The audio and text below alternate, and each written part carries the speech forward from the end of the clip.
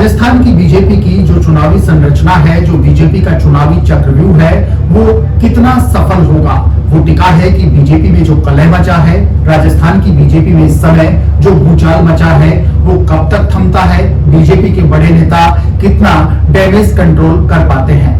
राजस्थान की बीजेपी में टिकट बंटवारों के साथ शुरू हुआ ये कलह परवान पर है। राजस्थान के कप्तान के घर पर पथराव कर दिया जाता है। राजसमंद में किरण महेश्वरी की बेटी दीप्ति महेश्वरी के टिकट का विरोध किया जाता है। राजसमंद के बीजेपी दफ्तर में जमकर तोड़फोड़ की जाती है और लगातार जिस तरीके से जयपुर में राज्यवर्धन सिंह राठौड़, जो कि पूर्व केंद्रीय मंत्री रहे, उनका विरोध किया जाता है।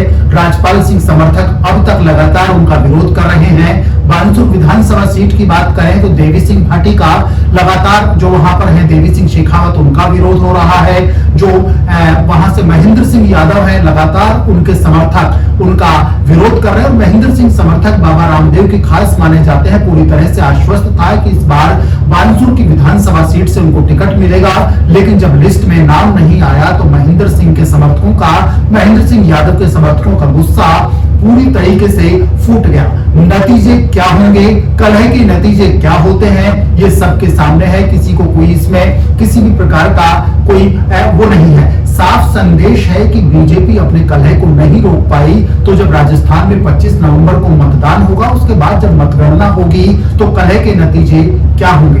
नतीजे होंगे सफाया, नतीजे होंगे राजस्थान से बीजेपी का सफाया। तो कांग्रेस का करने की सोच रही थी बीजेपी, लेकिन बीजेपी को जो झटका लगेगा उसकी बीजेपी ने कल्पना भी नहीं की होगी। और इसमें भी किसी प्रकार की कोई शंका नहीं कि बीजेपी में इस बार जिस तरह से टिकटों का वितरण हुआ है, जो आरोप लग रहे हैं कि टिकटों का बेचान किया गया, लेकिन सवाल उठते हैं कि बीजेपी में टिकट बेचे किसने, किसको कितने टिकटों की खरीद के लिए कितनी रकम दी, ये हम नहीं कह सकते, लेकिन आरोप है। और जब आरोप लगे हैं तो कहीं ना कहीं से बात चली होगी। जिस प्रकार से और जो नई टेंशन जिस तरीके से जो नेता दे रहे हैं, वसुंधरा राजे का जो गुट है, हम डॉक्टर रोहताश शर्मा की बात करें तो पूर्व मंत्री है, राजस्थान की सियासत में एक बड़ा नाम है। जिस तरीके से उन्हें बीजेपी ने उनको निष्कासित कर दिया था, उन्होंने बीजेपी के खिलाफ एक बड़ा मोर्चा खोल दिया और बानसूर से वो जिस तरीके से ताल ठोक रहे हैं, तो निश्चित रूप से इस बार के सियासी रण में बीजेपी की राह आसान नहीं है। अब भी